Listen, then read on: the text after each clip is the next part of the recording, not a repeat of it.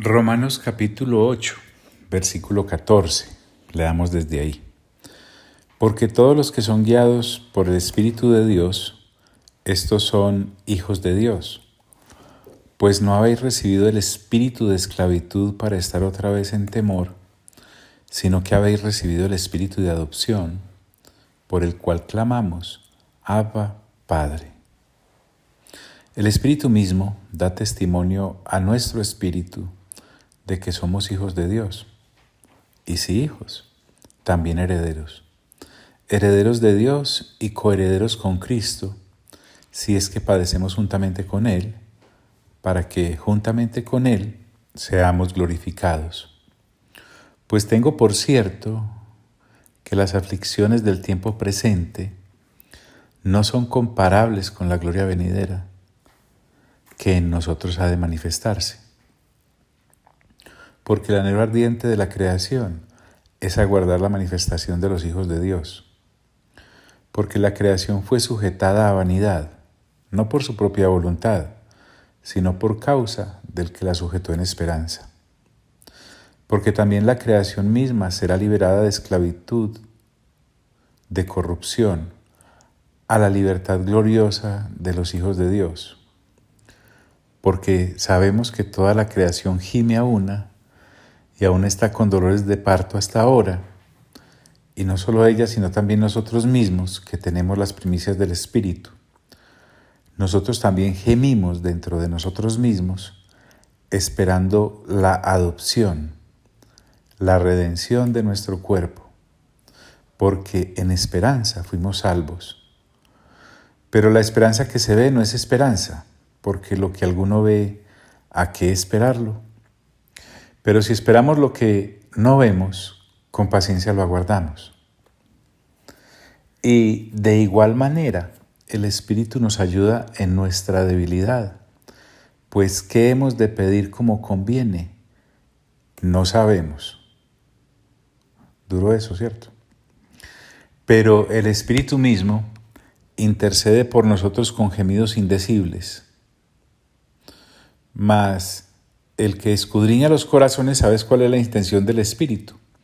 Porque conforme a la voluntad de Dios intercede por los santos.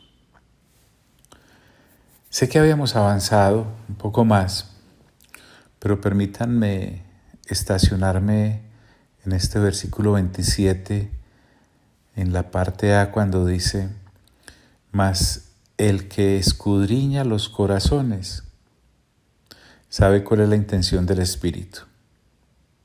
Y de esa parte, la que dice, mas el que escudriña los corazones.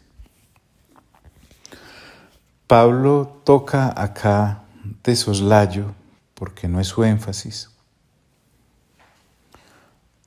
la triste realidad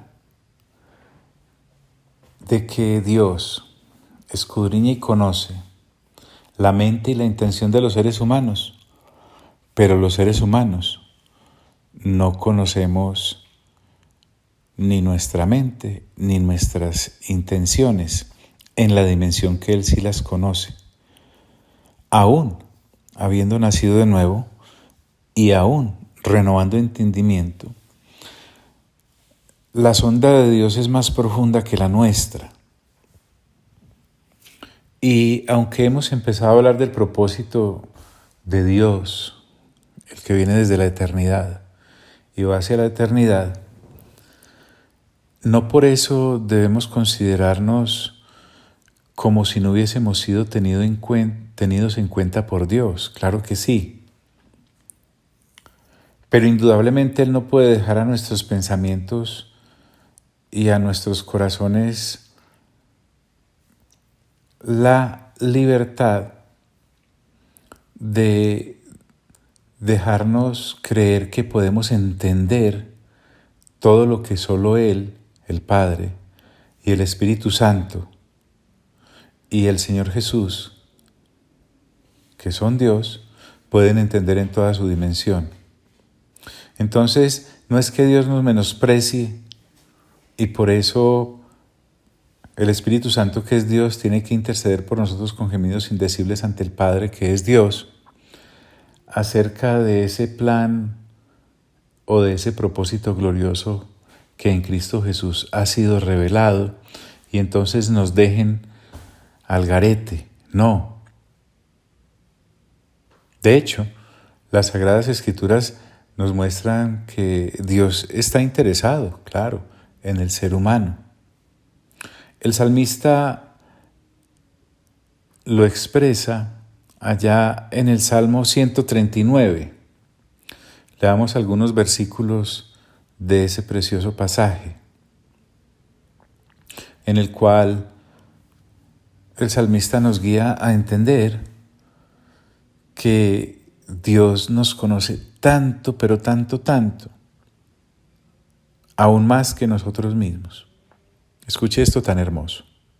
Dice el salmista: Oh Jehová, tú me has examinado y conocido.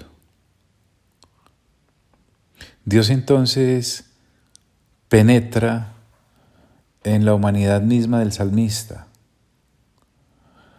Sabe cosas de él sublimes y sabe cosas de él insignificantes. Mira, por ejemplo, tú has conocido mi sentarme y mi levantarme.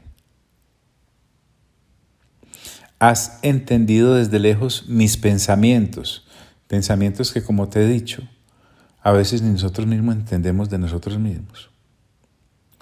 Dice: has escudriñado mi andar y mi reposo, y todos mis caminos te son conocidos. ¿Te das cuenta de los absolutos del salmista? Que descansan solo en la potestad de Dios. Miren, las cosas que ni hemos dicho, pues aún no estaba la palabra en mi lengua. Y he aquí, oh Jehová, tú la sabes toda. No tenemos necesidad ni siquiera de abrir la boca y Dios ya conoce todo lo que hay en nuestro interior. Detrás y delante me rodeaste. Indudablemente Dios conoce nuestro futuro y sabe de dónde venimos, desde nuestro pasado. Y sobre mí pusiste tu mano.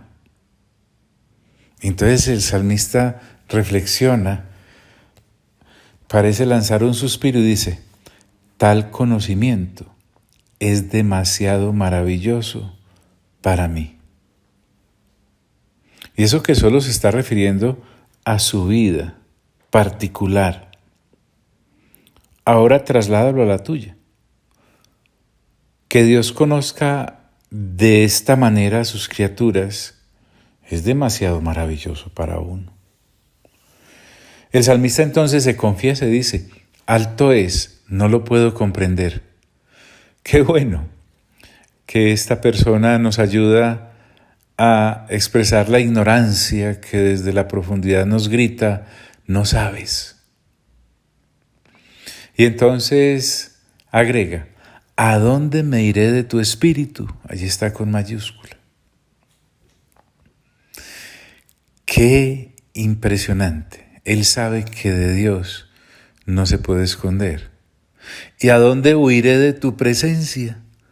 Podríamos dar la vuelta al globo terráqueo y resulta que antes de llegar ya Dios estaría allí esperándonos mientras huimos, como Jonás. ¿Lo recuerdan? Que sube aquel barco parando el tiquete en la dirección opuesta, pero Dios ya estaba allí. Y al sugerir que lo lanzaran por la borda, también Dios estaba en el vientre del pez. Dice el salmista: si subiera a los cielos, allí estás tú. Claro, la inmensidad de nuestro Dios. Y si en el Seol hiciere estrado, he aquí, allí tú estás. ¿Recuerdan el dicho de nuestras madres? Dios está en todas partes. Si tomare las alas del alba y habitare el extremo del mar, aún allí me guiará tu mano y me asirá tu diestra. Si dijere, ciertamente las tinieblas me encubrirán, ocultémonos pues en la oscuridad. Aún la noche resplandecerá alrededor de mí. Solo estoy leyendo para ilustrar esto de que por Dios somos conocidos a tal punto que Él sabe que somos muy limitados, no solamente por la naturaleza caída del ser humano en sí y por el haber estado sujetos a cometer pecados por haber nacido bajo pecado. No, no solo por eso, sino que aún sin esa mancha tan terrible del pecado, como ahora lo estamos en la persona de Cristo Jesús, al habernos permitido el Espíritu Santo creer en Él y revelarnos los planes del Padre, seguimos siendo limitados como para poder interceder conforme a la voluntad del Padre. Por eso el Espíritu Santo intercede por nosotros con gemidos indecibles de acuerdo con la voluntad de Dios. Así de sencillo. Sí. Ciertamente las tinieblas me encubrirán, aún la noche resplandecerá alrededor de mí. En la zona más oscura del planeta, la luz de Dios nos ve. Aún las tinieblas no encubren de ti, no hay dónde. Y la noche resplandece como el día. Lo mismo te son las tinieblas que la luz. Dios no necesita prender focos. Y entonces el salmista retrocede al vientre de su madre para expresar en palabras que medio podamos entender lo que nos quiere transmitir. Porque tú formaste mis entrañas. No sé usted, pero uno sí tiene un cuerpo, por lo menos en mi caso, pero de ahí a saber cómo funciona, saber la entrañita de la entrañita, no. A mí, por ejemplo, eso se me escapa. Porque tú formaste mis entrañas, tú me hiciste en el vientre de mi madre. Obviamente, no está negando la participación de nuestro padre biológico en la relación con nuestra madre, no. Lo que está diciendo es que cada uno de los asuntos concernientes a nuestro cuerpo, Dios lo moldeó. Y entonces no le queda otra que explotar en júbilo. Dice el salmista, te alabaré, porque formidables, maravillosas son tus obras. Entonces Él se incluye como una de las obras maravillosas de Dios. No es que tenga un alto concepto de sí mismo, no. Es reconocer que debido a aquel que lo hizo, es una obra maravillosa. Y entonces dice, estoy maravillado. Habla de su cuerpo, pero entonces ahora nos habla de su alma. Y mi alma lo sabe muy bien. John, ¿por qué es que estamos acá? Porque no podríamos seguir derecho sin entender por qué dice ese versículo 27 de Romanos 8. Mas el que escudriña los corazones sabe cuál es la intención del Espíritu. No fue encubierto de ti mi cuerpo, concluye el salmista entonces. Bien que en oculto fui formado y entretejido en lo más profundo de la tierra. Pues no vamos acá a lucubrar acerca de que del polvo de la tierra el hombre ha sido formado.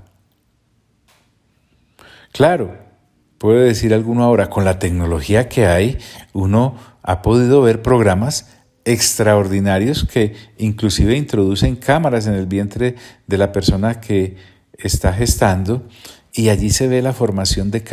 Pero es que el salmista va más allá. Bien que en oculto fui formado y entretejido en lo más profundo de la tierra.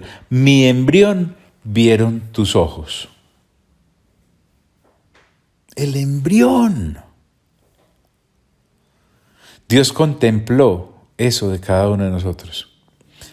Pero también hay un libreto que después de nacer hasta el momento de llegar a la sepultura se está cumpliendo en nuestras vidas.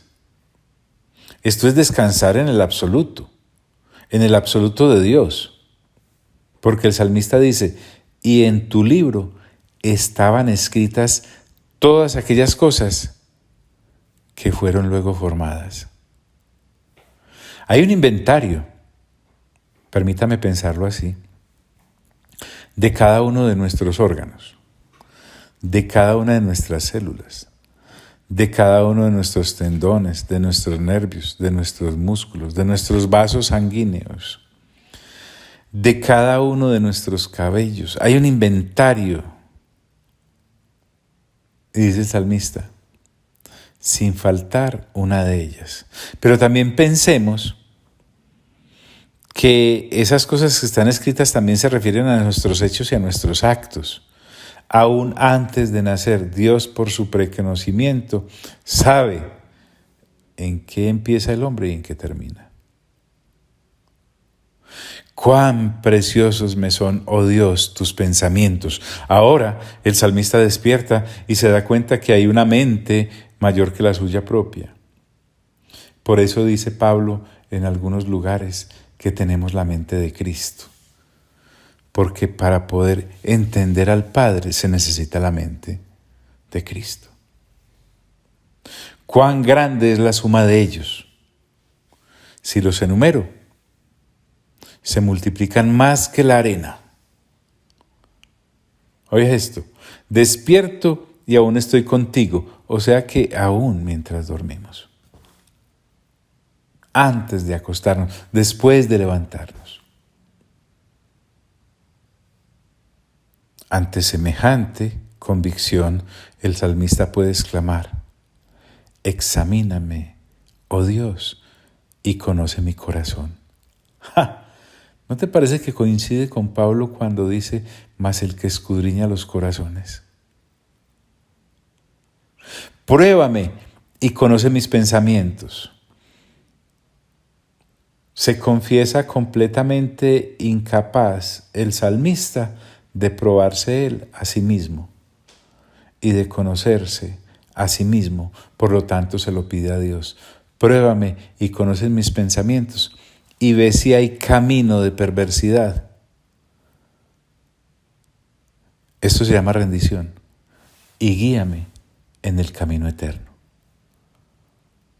Con razón dice Pablo entonces allá en el 8:27, mas el que escudriña los corazones sabe cuál es la intención del Espíritu. Es que el corazón del ser humano es engañoso, dice Jeremías en su capítulo 17, versículo 9 al 10. Tan engañoso es el corazón del ser humano que es capaz de engañarse a sí mismo. Engañoso es el corazón más que todas las cosas. El profeta entonces coloca estas palabras como un clavo en el centro del alma y agrega que además de engañoso, engañosa esa mente, dice, y perverso. Y pregunta, ¿quién lo conocerá? La incógnita de este profeta es la misma que todo aquel ser humano que sincero se vuelve hacia el Altísimo se da cuenta que no se conoce a sí mismo. Pero mira, engañoso es el corazón más que todas las cosas y perverso. ¿Quién lo conocerá? Se está refiriendo a la mente humana. Y entonces hay una respuesta allí mismo, porque sale Dios al paso y dice, yo Jehová, que escudriño la mente, que pruebo el corazón, para dar a cada uno según su camino, según el fruto de sus obras. De nadie más puede venir la recompensa correcta o la premiación. Para el hombre, que portador de un corazón engañoso, más que todas las cosas. La caída realmente frustró todo. Y perverso, porque además de frustrarla, envió la mente del hombre en la dirección opuesta al conocimiento de Dios.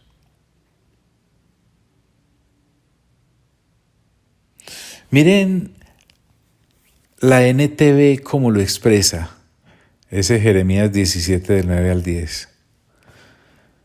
El corazón humano es lo más engañoso que hay y extremadamente perverso. Ojo a esto, ¿quién realmente sabe qué tan malo es? Y entonces la respuesta de Dios es, pero yo, el Señor, investigo todos los corazones y examino las intenciones secretas. A todos les doy la debida recompensa según lo merecen sus acciones. Así de sencillo. Pero no es una situación exclusiva del Antiguo Testamento.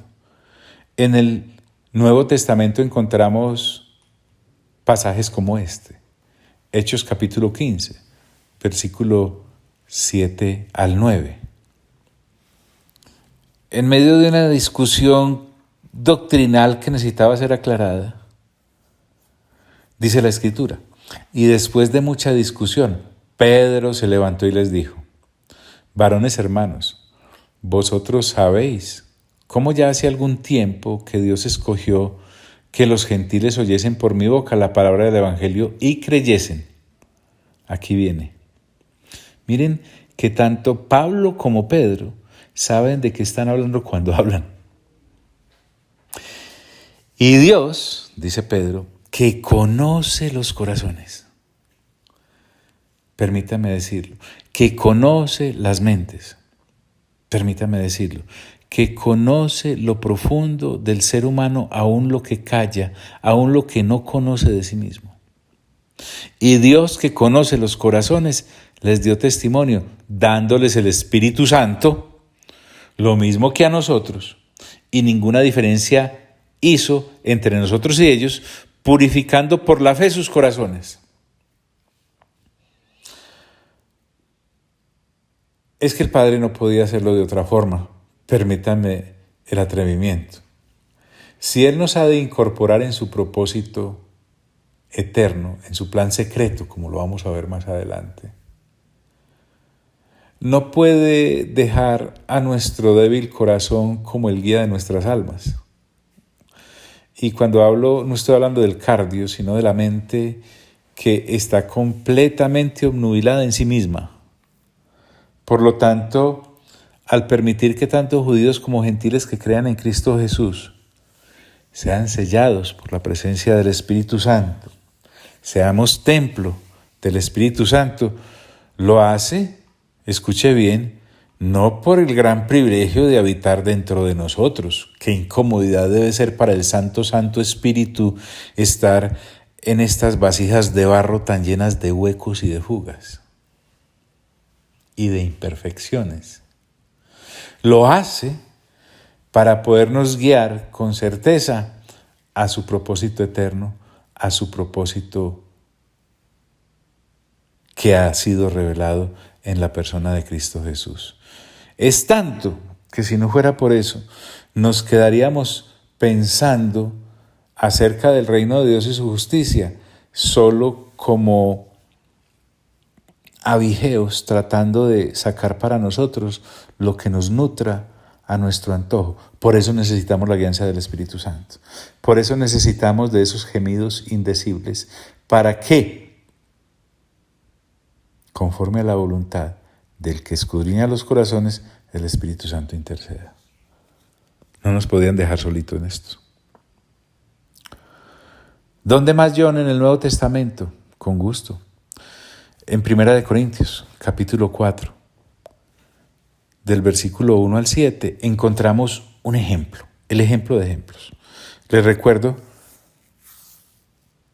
que en el capítulo 4 de 1 Corintios, Pablo está aclarándole a los que eran sus partidarios, porque recuerde que en el capítulo 1 de 1 Corintios, Unos decían, yo soy de Pablo, otros decían, yo soy de Cefas, otros decían, yo soy de Apolos, otros decían, yo soy de Cristo.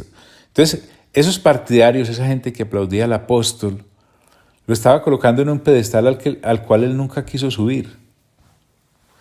Y nunca quiso subir por exceso de humildad, sino por conocimiento de sí mismo. Porque sabe que nuestro propio juicio para evaluarnos es baladí, neblina. Se va con un soplo. Entonces aquellos que lo vitoreaban, Pablo les dice, así pues, téngannos los hombres por servidores de Cristo. Pablo se considera un servidor. Y administradores de los misterios de Dios. Pablo se considera un administrador. Recuerde que está hablando de él y de Apolos. Ahora bien, se requiere de los administradores que cada uno sea hallado fiel. Y viene acá a lo que te hago referencia. Pablo, siendo Pablo, conocedor de lo que era en Cristo, sin embargo él mismo no se atrevía a calificarse y mucho menos se dejaba calificar por aquellos que se decían ser sus seguidores, ampliamente equivocados entonces, porque su propósito, el de Pablo, fue siempre llevarlos a Cristo y no a él, lo mismo que Apolos. Yo en muy poco, dice Pablo, tengo el ser juzgado por vosotros. Y ese juzgar ahí era para promoverlo, o por tribunal humano. Y entonces Pablo dice esto, y ni aun yo me juzgo a mí mismo. O sea, soy tan poco confiable, porque aunque de nada tengo mala conciencia, miren qué interesante esto, no por eso soy justificado. Y aquí viene, pero el que me juzga es el Señor. Así que no juzguéis nada antes de tiempo, hasta que venga el Señor, el cual aclarará también lo oculto de las tinieblas. Y aquí viene, y manifestará las intenciones de los corazones. Qué tan importante esto. Y entonces cada uno recibirá su alabanza de Dios. Ah, qué bueno que los de Corinto metieron la pata antes que nosotros y entonces se nos aclara.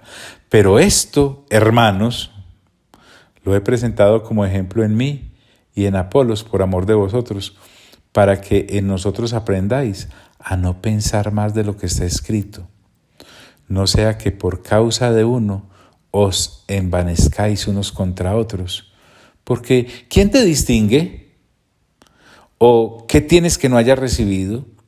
Y si lo recibiste, ¿por qué te glorías como si no lo hubieras recibido?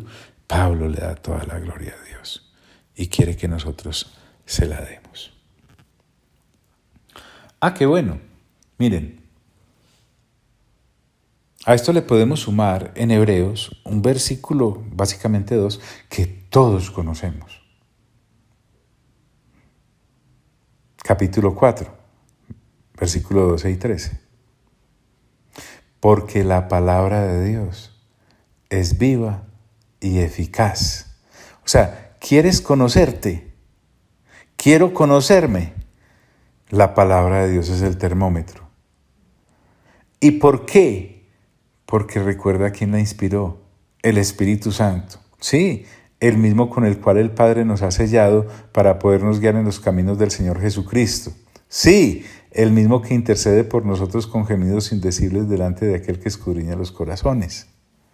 Así de sencillo, porque la palabra de Dios es viva y eficaz y más cortante que toda espada de dos filos y penetra hasta partir el alma y el espíritu, las coyunturas y los tuétanos y discierne los pensamientos y las intenciones del corazón. Hombre, pero uno como no veía esto antes, claro, buscando añadiduras detrás del engañoso corazón. Y dice el 13, y no hay cosa creada. Perdóname, pero yo me siento muy creado. ¿Qué tal tú? Que no sea manifiesta en su presencia. Antes bien, todas las cosas, y nos incluye, están desnudas y abiertas a los ojos de aquel a quien tenemos que dar cuenta. Más claro, no canta un gallo. Ahora, Como hemos venido hablando en el capítulo 8, en donde Pablo ha hablado de la nueva forma de vivir después de haber creído en Cristo Jesús, allá desde el capítulo 1 hasta el capítulo 8 de Romanos, el apóstol Pedro, que como te dije, también sabe de qué está hablando, él, en otras palabras, nos expresa todo lo que Pablo. Y entonces podemos mirar en el capítulo 1 de su primera carta, la de Pedro, algo tremendo. Miren, yo no me voy a atrever a decir que el apóstol Pedro en un capítulo dice lo que Pablo en 16, pero escuchen nomás. Voy a leer una versión bien al día, la PDT, la Palabra de Dios para Todos. Y con esto quiero cerrar este paréntesis antes de lanzarnos a entender un poco más lo que creemos ver en el propósito del cual Dios habla en el capítulo 8 de Romanos en su versículo 28. Dice pues Pedro, escuche pues, estimado pueblo elegido por Dios, esta carta la escribo yo, Pedro, apóstol de Jesucristo, como Pablo. Un cordial saludo para ustedes que viven como extranjeros, esparcidos por Ponto, Galacia, Capadocia, Asia, Bitinia. Según el plan, ojo ahí, ¿lo ve ahí? Ese plan equivale a propósito. Según el plan de Dios Padre, Él los eligió de antemano, Pablo diría, desde antes de la fundación del mundo, y los purificó por medio del Espíritu, claro, por la conversión que solo el Espíritu puede guiar, para que lo obedezcan y sean rociados con la sangre de Jesucristo.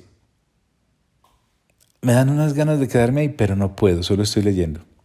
Que Dios les dé abundantemente de su generoso amor y paz.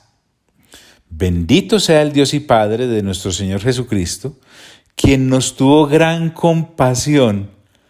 Oiga esto, y nos hizo nacer de nuevo por la resurrección de Jesucristo. Así nos dio la plena esperanza de recibir la herencia, ¿se acuerdan? Pablo también lo dijo, que Dios tiene guardada para nosotros en el cielo. Aleluya. Herencia que no se arruina, ni se destruye, ni pierde su valor. Por medio de la fe, el poder de Dios los protege para que reciban la salvación que Dios les dará a conocer en el día final. Eso es motivo de alegría para ustedes, aunque durante un tiempo tengan que soportar muchas dificultades que los entristezcan. ¿Se acuerdan de todas esas cosas que ayudan a bien a los que aman al Señor? Tales dificultades serán una gran prueba de su fe y se pueden comparar con el fuego que prueba la pureza del oro. Pero su fe es más valiosa que el oro, porque el oro no dura para siempre. ¡Qué maravilla eso! En cambio, la fe que sale aprobada de la prueba dará alabanza, gloria y honor a Jesucristo cuando Él regrese. Ustedes no han visto jamás a Jesús, pero aún así lo aman. Aunque ahora no lo puedan ver, creen en Él y están llenos de un gozo maravilloso que no puede ser expresado con palabras. ¿Te das cuenta? Gemidos indecibles. Eso significa que están recibiendo la salvación que es el resultado de su fe. Los profetas estudiaron los detalles de esta salvación tratando de entenderla y hablaron sobre el generoso amor que Dios les ha dado a ustedes. Los profetas intentaban saber cuándo llegarían los sufrimientos de Cristo y cómo sería el mundo cuando llegara.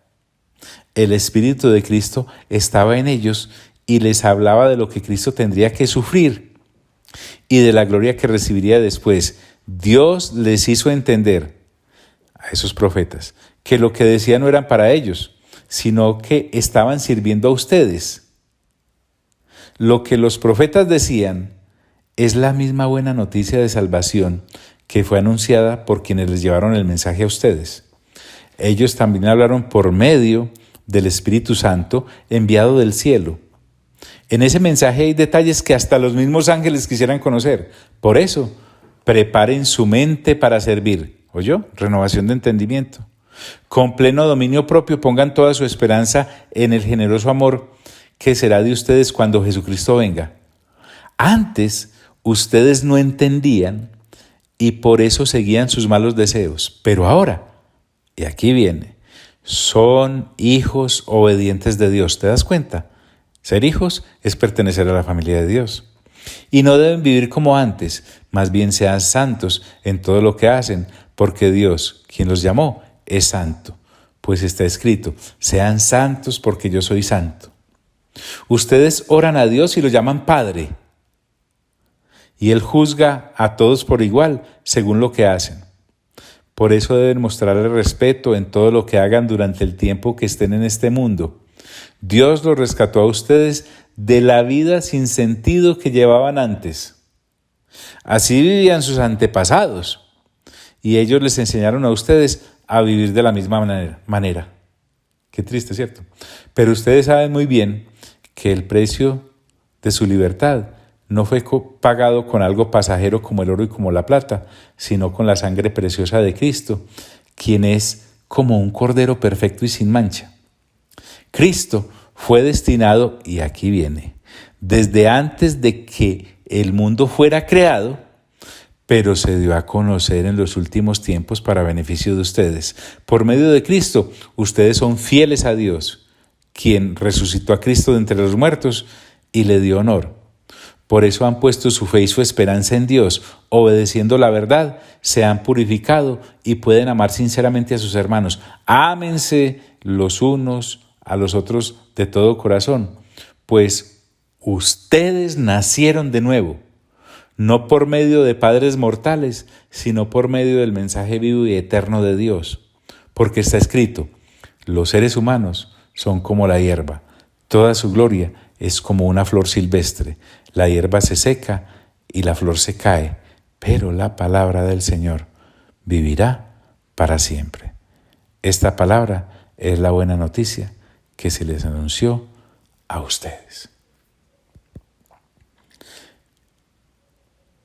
Amado Padre Celestial, te queremos dar tantas gracias por estarnos revelando cuál es tu propósito eterno. Amado Señor Jesús, nos faltan siglos para poderte dar siquiera 1 milímetro de gracia al permitirnos que en ti fuese revelado el propósito del Padre para la eternidad. Y, amado Espíritu Santo, tú eres Dios. Gracias por permitirnos el legado de recibir las Sagradas Escrituras inspiradas por ti, a profetas, a apóstoles, a evangelistas, a todos aquellos que tú separaste de entre los humanos para escribirnos este precioso libro llamado la Biblia. Y así poder entender por escrito cuál es el propósito del Padre. Para Él, una familia. Para ti, Señor Jesús, un cuerpo. Y para ti, amado Espíritu Santo, un templo. A ustedes sea toda la gloria, toda la honra y todo el honor por los siglos de los siglos. Amén.